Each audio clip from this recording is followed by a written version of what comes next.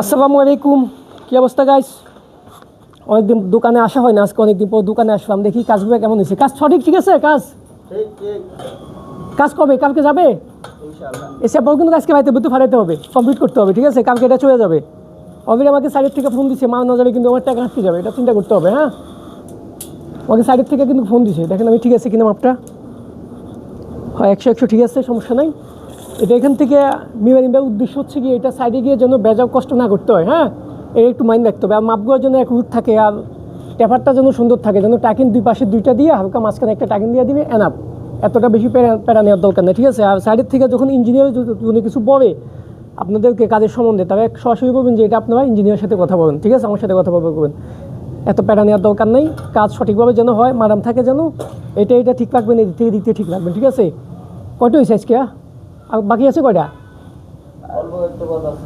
হ্যাঁ, ঠিক আছে, তার দ্রুত কাজগুলো করিবেন, ঠিক আছে? আজকে স্যাম্পলটা রেডি করিবেন, কালকে স্যাম্পলটা পাঠিয়ে দিব। এটা কিন্তু নরসিংদী, আগের চালান গেছে রংপুর, এটা যাবে নরসিংদী, এটা মনে রাখবেন। ওকে, কাজ করুন।